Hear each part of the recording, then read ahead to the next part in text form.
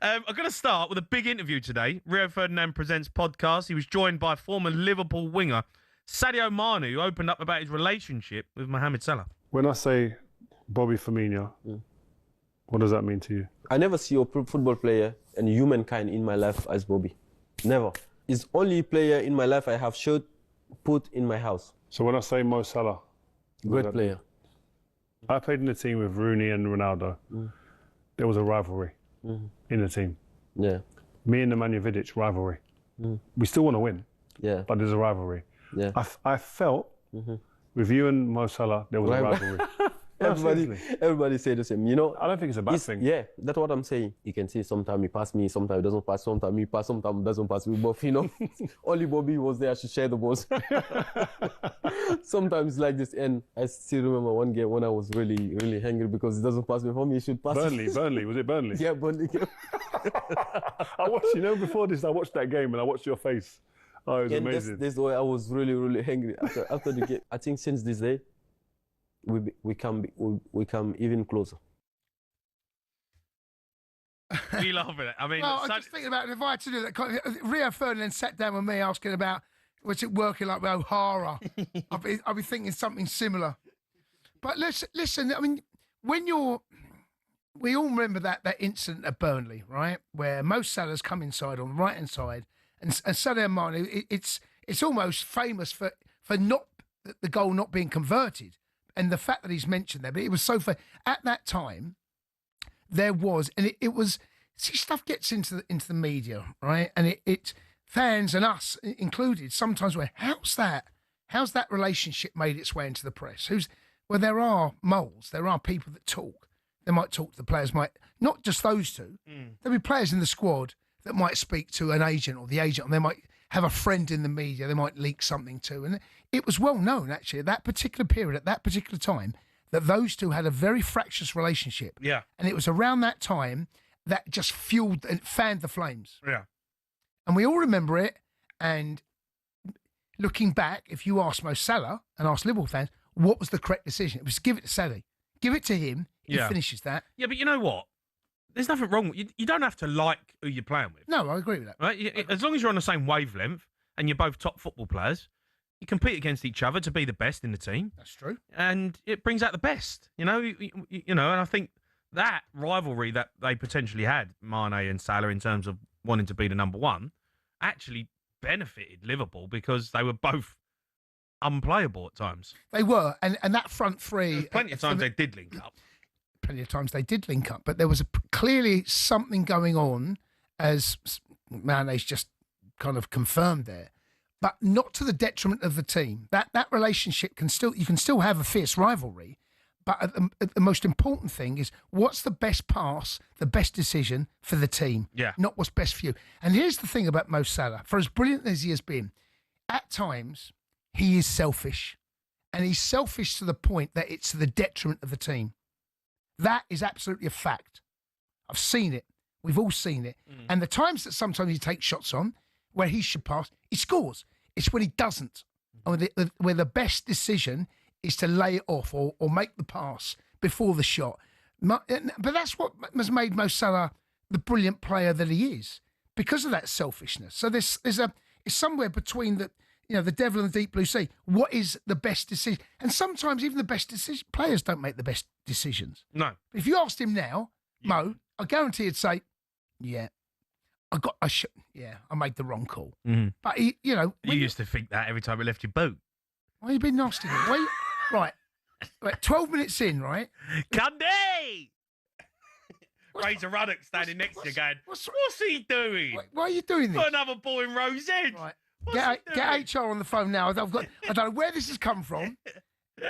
Why you? Cundy tries to bend one in the channel. Rose Ed made a bad decision for the team there. Scored a goal, mate. Hold it. Can't get away from that. What it got us thinking, right? Because obviously we're talking about front threes. Yeah. And obviously we go on, when we think of nostalgia, we think of 4-4-2, two front men. Everyone talks about, the greats. But front three is the modern day, front line, in terms of front threes. Yep. And I was like, that front three is probably one of the best up there as a Premier League great, Salah, unquestionable. Salah, Firmino, Mane, You know, if you look through front threes over the years, what is the best front three? But it got me also thinking, if you was a team and you could pick your best front three from players that played in your side over the Premier League era. That have played in a front three, though. They can't. No, they've got to be in the front three. So 2 wingers, you know, or inside forwards, whatever you call them. Not number 10. Number 10 So don't give me count. an example that can't play together because back then. Well, Bergkamp and Thierry Henry. That's not front three. Oh, okay. Do you know, Bergkamp was the number 10. And Perez was in there as well. Perez, Right? you could argue. I'm talking about a front three. If you had your best front three, who would it be? And what's the greatest front three in Premier League history if you put that together? As a team, not at the played at that particular side. Because you're talking about Arsenal there. And Right. I think Spurs have got the. Oh, here we go. I think It Spurs didn't take long. have got a better front three in Premier League history than Arsenal. You're on one tonight, aren't you? I'm just saying, right? So Right, so ever. if you think about I'm talking about players in their prime. Okay, go on. Son, Kane, Bow. The best front three in Premier League history. Son, Kane, Bow. It's better than Arsenal's. You can give me any one of Arsenal, right? And I know they will, right? And it's a fair argument. I think that front three is better than Arsenal's best ever front three. He's on one tonight. I mean, I don't know on why one, are I'm you so just saying. chirpy. Well, you know, because Arsenal fans go, "Oh, Thierry Henry." Yeah, all right, Why Thierry are you Henry. thinking about Arsenal again? You know, Why is it always you talk Arsenal? about Bergkamp, but Bergkamp, you can't put Bergkamp in there. He's number 10. But Henry can be in there, right? Well, yeah, of course Thierry Henry's in there. Of course he is. So Henry, I'm going to throw this out for Gooners now. Henry, Saka. Why are you looking at me like that? Saka. Why are you looking at me like that? Saka.